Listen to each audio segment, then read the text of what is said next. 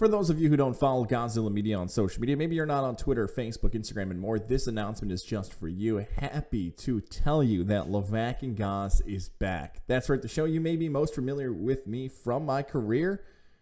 My pal Jeff Levack and I are reuniting. So, if you want to find out more about the Levack and Goz show, I'll just tell you a little bit, and I'll tell you throughout the summer. Sunday, July 11th, we are broadcasting live from the Hideaway at Saratoga Lake Golf Club. Now, it is a private event, so unfortunately, because of the ways in which this worked out with the golf event and everything going on, you may not be able to come in and visit. You can order takeout food. The kitchen will be open. But if you want to listen to Levack and Goz, we are going to be live on Sunday on YouTube and also on the Tech East Fire and Water Restoration Facebook page. So two things to look out for. Tech East Fire and Water Restoration, your best way back to normal, tefirewater.com. Check out the great stuff Mike Cord and their team is doing, especially this summer. Maybe things happen to your house and you need help. Tech East Fire and Water Restoration. Those guys are the best people to get in contact with. We'll have continued more information about them, but the easy thing is to get over their Facebook page now, where you can watch the live show, and on our YouTube site, GodzillaMedia.com. If you don't watch it live, that's okay. The following day, each Monday morning, we will have it up for you on Apple, Spotify, and anywhere else you listen to your podcast. So, happy to announce Levack and Goz is back. And we'll have more information on more shows this summer where you can join us live on location in the Capital Region. Now, let's get into this week's episode of Getting There with Goz. Getting there with Goz. Getting there with Goz. Getting there with Goz. Ooh, getting there with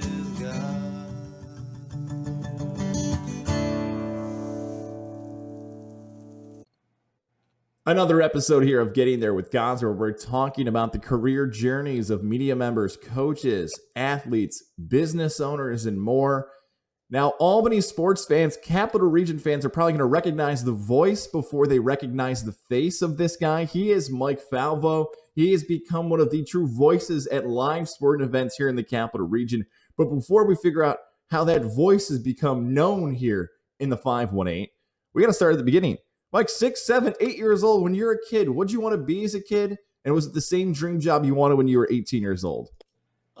Truth be told, I wanted to be Macho Man Randy Savage when I was 6, 7, and 8 years old. With the beard and the robe and Miss Elizabeth and everything. No, I honestly wanted, to be involved in some sort of entertainment in some way, shape, or form. I just knew that's what I wanted to do. Unfortunately, I can't sing. I can barely act. So by process of elimination, as I got older, I realized that, hey, maybe, being a voice talent, so to speak, is probably the way to go. And that's the path that I ended up following. Yeah, it's amazing to go that path because it's not exactly a traditional path. And I think your path to how you landed this job is not traditional either. So you're 18 years old. You go to high school, you graduate. Maybe you did, maybe you didn't. What was the next step? I believe you don't go the college route. You do something that we really haven't talked about with any other guest yet. Is this when you go into the service? It is. Well, I actually I graduated high school in 1997. I was in Pittsburgh, Pennsylvania at the time. My father had got a job down there, so we moved. But when I was a sophomore in high school is when the announcing really started. I had started announcing for like girls' junior varsity basketball games here and there, just kind of on a whim. And one of my instructors was like, hey, you're pretty good at this. You may want to pursue a career in broadcasting. Why don't we send you to the Herkimer County BOCES? They had a radio and TV program there. Excellent program, by the way. So I went and I learned the basics. And then I realized, this is what I want to do. There's so much, because there's a lot of creativity that goes into it, to an extent, creativity, but it just gives you a chance to express yourself on a different level, and that's what I loved about it. But I did go to college. I didn't really go to class, but I went to college, and then after a while, I realized I needed something different. I needed a change, and that's when I looked to the military. My older brother, who oddly enough is a public affairs officer in the U.S. Navy, sat with him, and I asked him about his military experience. And it was a very deep, frank conversation. You know, he told me flat out, he's like, it's not going to be all fun and sunshine and rainbows. I'll tell you that right now, but it is a great path for you to take. And that's the path that I took. And then in March of 2001, signed my name on the dotted line. I was on a plane to San Antonio, Texas for basic training. March of 2001. I think that timeline is in particular very important because March of 01, the world changes in September of 2001. How, if at all, did your life change while you were getting ready to serve for the country when events that historically affected this country, you were going to be a part of what happened next for the country's future? It didn't really sink in until, maybe 1 or 2 weeks after 9/11 had happened, because I was in Mississippi when 9/11 happened. I was in the middle of my training for my first job in the Air Force, which was a personnelist. So basically, you re-enlisted, I was the guy you came and see. And I remember running outside to do our morning PT physical training. We run and do weight training and so on. And I just remember police being everywhere, military police, guns drawn, and just saying, go back inside, go back inside. And then when I got inside is when I looked at I looked at the television, and it was just, for lack of a better term, all hell breaking loose. But it put us in a different mindset because we realized things were not going to be the same. And seeing it from the military perspective is completely different because we are hundreds, sometimes thousands of miles away from our family. That's our first thing, is making sure that our family is okay. And that, that's what we did. But it gave us a completely different perspective on why we served and what our purpose was at that point. How long were you in the service for? I was in the service for 12 years, from March 01 to May of 2013. 12 years, Mike. 12. Like, I feel like I know you. For some reason, I thought it was like a 4 or a 5 year stint because it seems as if smaller, maybe, and Nate, help me out here a little bit on this, because it seems like when you enlist, can the shortest time you serve is 4 years? Yes. It seemed as if this was going to be a career for you if you're going 12 years. It was. I don't know if you remember years ago when they started furloughing a lot of people, and they started with massive budget cuts. Unfortunately, I was part of that. They came back, and the Air Force, it kind of goes, without getting too technical, as far as recruiting goes, it's like a roller coaster. They sit there and they say, okay, well, we don't really have enough people, so we got to do this massive drive to get folks to join. Then they get to a point, oh, shoot, we have too many people, so we got to let some folks go. And unfortunately, I was on that list. Well, 12 years. Thank you for your service. I know you hear that all the time, but it is not to be taken lightly. You said a decade plus serving our country. We appreciate that, and which makes your story, again, one of the most unique we've had in the history of Getting There with Gons, because people know you as a wrestling announcer, a sports announcer. To hear that you served 12 years in the military is absolutely incredible. I want to go to the wrestling stuff because you mentioned the Macho Man, Randy Savage. Timeline-wise, this is interesting. Is it that the first job that you kind of go back into the broadcasting field of finding some spots in the pro wrestling world? It was. I actually trained to be a pro wrestler when I was stationed in England. You got to tell me that story. I got to hear about this. Was William Regal out there putting you in a headlock? Close, but no. Okay. No, I had always wanted to at least try it. I was a fan all my life, and I was like, I have to get in the ring at least once. So when I was stationed in England, I found a pro wrestling school in the Enfield section of North London. So I get in contact with the promoter. I say, hey, here's my situation. I'm a service member, blah, blah, blah. I want to train. He said, okay, here's what you need. And he told me what I needed. And I went down, did a tryout. And he was like, yeah, come on down. We'll train. So I trained for about 6 or 7 months. And I had my first match, which was a tag team match with a guy who I'm still very close friends with. There are actually photos on my Facebook page. I can't say they're very flattering photos, but still they are there. And my younger brother actually has my very first pro wrestling promo pics that he's holding for blackmail. Wait, don't leave me hanging there. How does the match go? Did you guys win? How'd you perform? If you had to self-evaluate, how did it go inside the squared circle? It went okay. I made a kid cry, so I guess my job as a heel is done. It was as basic. We kept it as basic as possible because all four of us were relatively new, relatively green. We just wanted to get in there, put on a good match, and send the folks home happy. Then I come to find out, because at the end of the match we did kind of a swerve where one of the good guys joins us and we're all the big, the big bad guys, whatever. Come to find out, the guy that joined us, his son thought it was real and thought his dad was joining all the bad guys. So his son started crying in the crowd. Oh no. So I make kids cry, apparently. There you go. You did your job as the heel, as you mentioned there. So you have the one match, you have the kid cry, you're doing the service. So when you get out of the service, did you think you were going to be a pro wrestler again? Or were you going to step back in and train again and be like, all right, I'm not going to be the announcer. I'm going to be the wrestler entertaining people?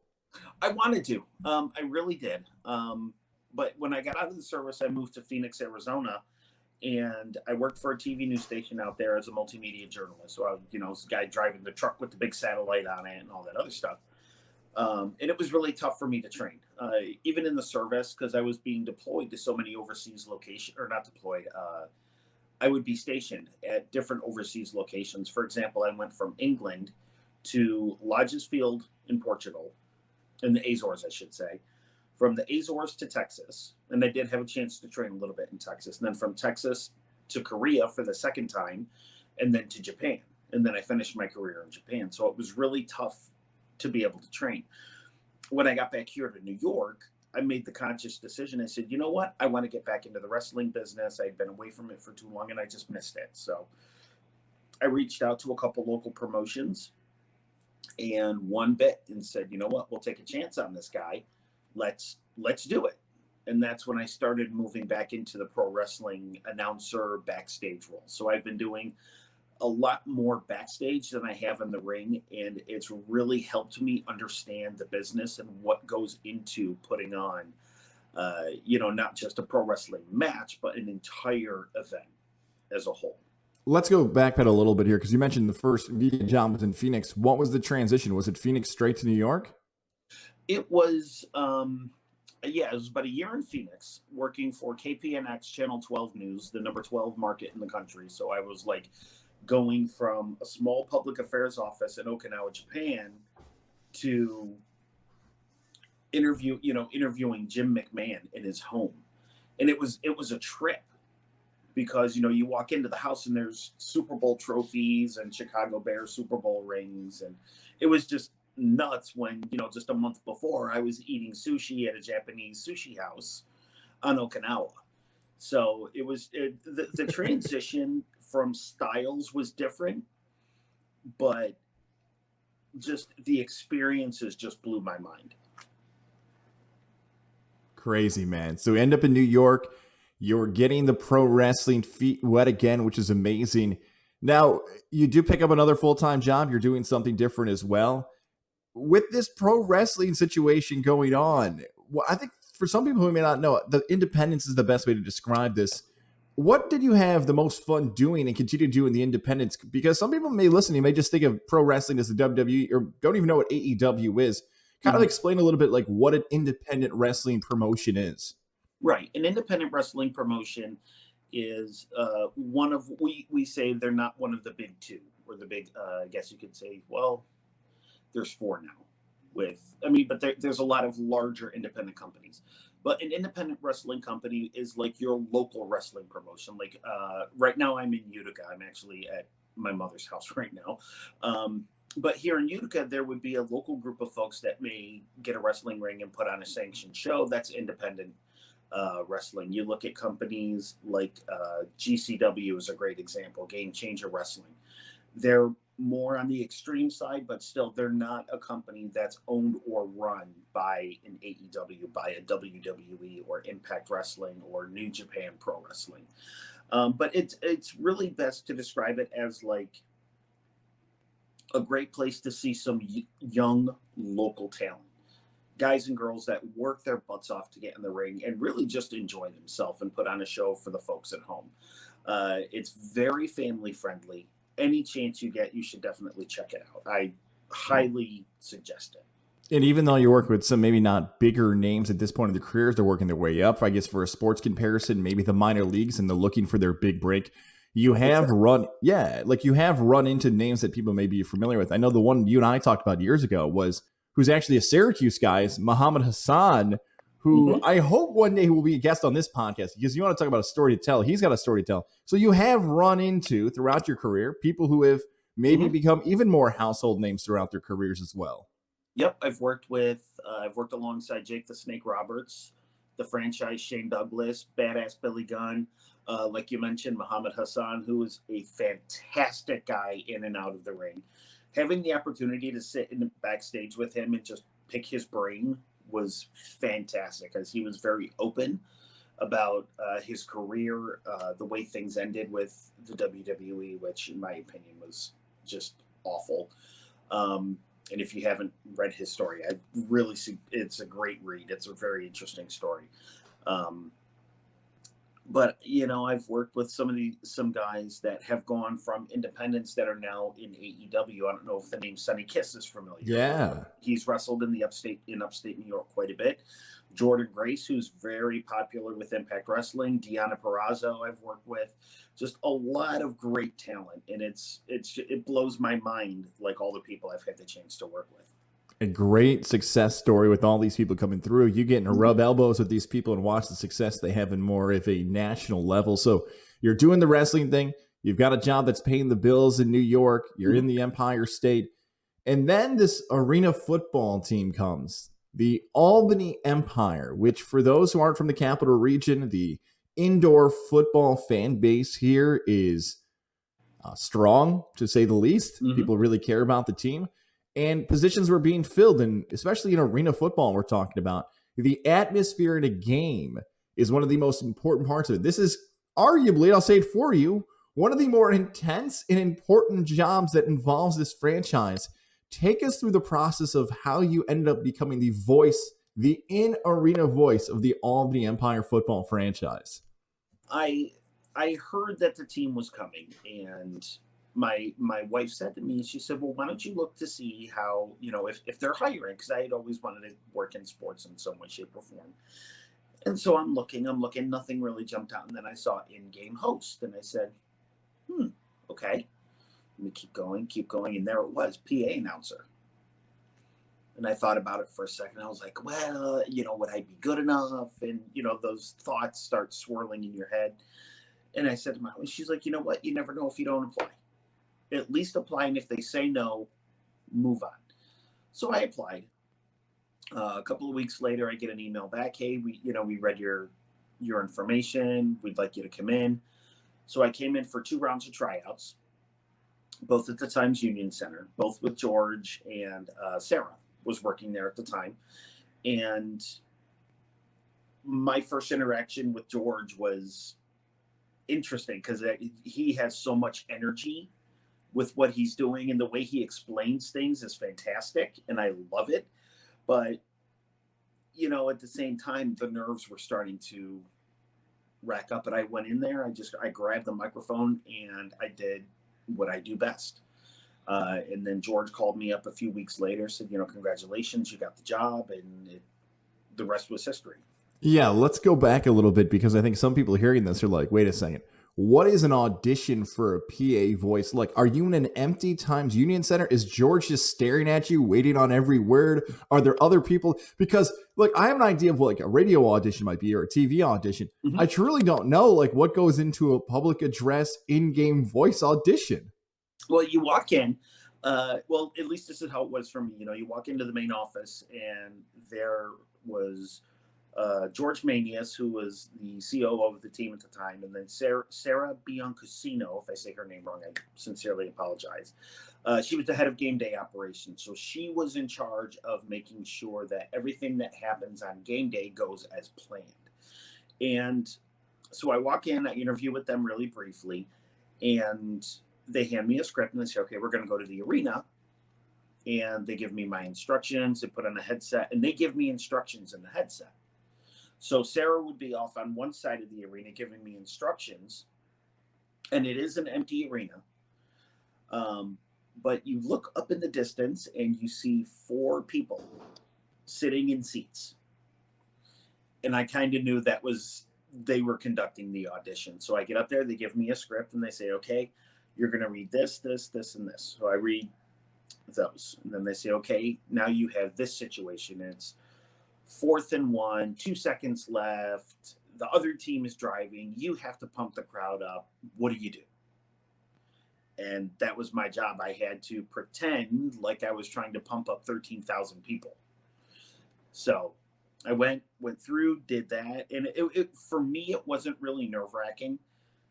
But there were a couple of guys that came in, and you can just see the look on their face, like it totally was not what they expected.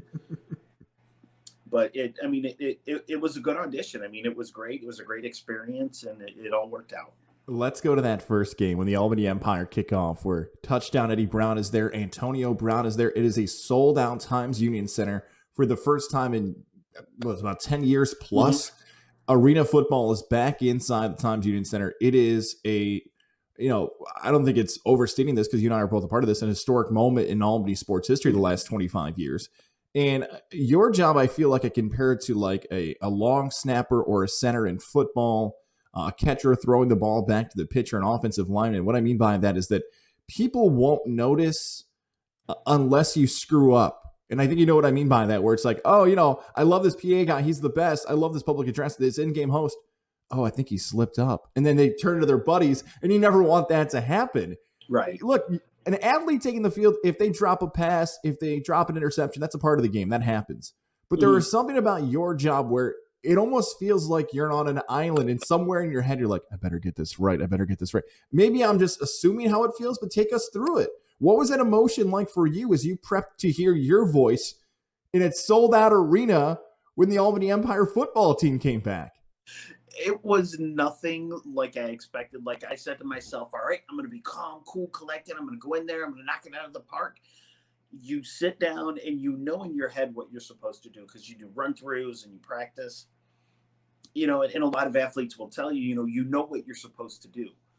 But when the moment comes, it's a completely different feeling and a completely different experience because there always is that doubt in the back of your head where you're like, oh my God, I hope I don't screw this up. Eddie Brown is here. Antonio Brown is here. 13,000 other people are here. But when I started reading, a lot of that nervousness went away. After I started getting a flow, getting a groove going, it all went away. And it went very smoothly. I play off of the crowd. And, when you're practicing in an empty arena, as opposed to 12, 13,000 screaming people, it comes out and it sounds differently based, on your energy level. And I was able to match the energy of the crowd. And I don't remember it. It was a blur, but I'm told I did a good job. So, it's definitely an interesting experience. Yeah, I tell people this a lot. Like you and I have understood the media background, but I think a lot of people casually think when they hear the word broadcaster and sports broadcasting, they just lump everything in one pile, like television, radio, newspapers, public address announcing, in-game host, community. They just assume that if you want to be in sports media, you can do all of it. They just assume broadcasting is one big word, like one big group. That's not the case. Like I will tell you, the two hardest things in sports, it's not getting on the court or the ice or the field. I always say the two things I never want to do are sing the national anthem and do PA or do in-game hosting. Like mine was different. I'm throwing t-shirts and having fun. Right. But you stumble on one word or you stumble on one syllable in the anthem. That might just sit in the back of your head for like the entire game. Like, oh, first quarter, second time. It would be hard for me personally to shake it. Best advice for people. Usually I save this for the end of the interview, so I don't even know how this interview is going to end today. Best advice for somebody who is trying to land that first in-game host public address announcing gig that you've now done it for so long. Be yourself. That's the best advice I can give. And I say this because I get a lot of young wrestling and mixed martial arts announcers who will shoot me messages. the best advice I can give them is be yourself. Just grab the microphone, and don't grab the microphone and try to be the next Michael Buffer or Bruce Buffer or Howard Finkel or, whoever, because it's not genuine. Get the microphone, be yourself, put your energy into it. Find like with broadcasters and reporters, find a style that works for you. And if you're not a funny guy, don't try to be funny. Things like that. Little is as basic as it sounds when it comes to PA announcing and ring announcing and things of that nature. That is the absolute best golden piece of advice I can give anyone. Be yourself, and I'm going to channel my inner Allen Iverson. Practice, practice, practice.